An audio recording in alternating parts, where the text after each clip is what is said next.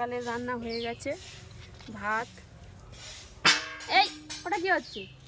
আইসে বাবা কাজে যাবে, তাই ভাত হয়ে গেছে। আর মিস্ত্রিরা ওরাও খাবে। তো রান্না করে আসলাম, একে তো আবার খাওয়াতে হবে, স্কুলে যাবে। আর আজকে আমাদের টাইমিং হচ্ছে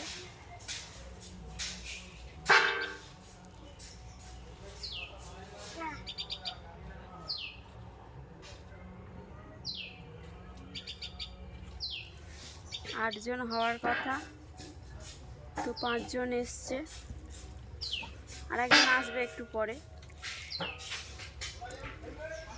টাইমিং পড়ছে, জানি না কবে শেষ হবে।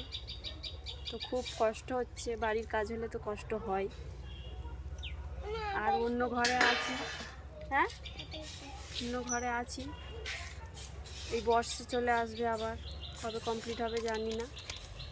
খুব তাড়াতাড়ি হচ্ছে, কিন্তু ঘরটা ভাঙতে সময় লেগে গেল তো বেশি।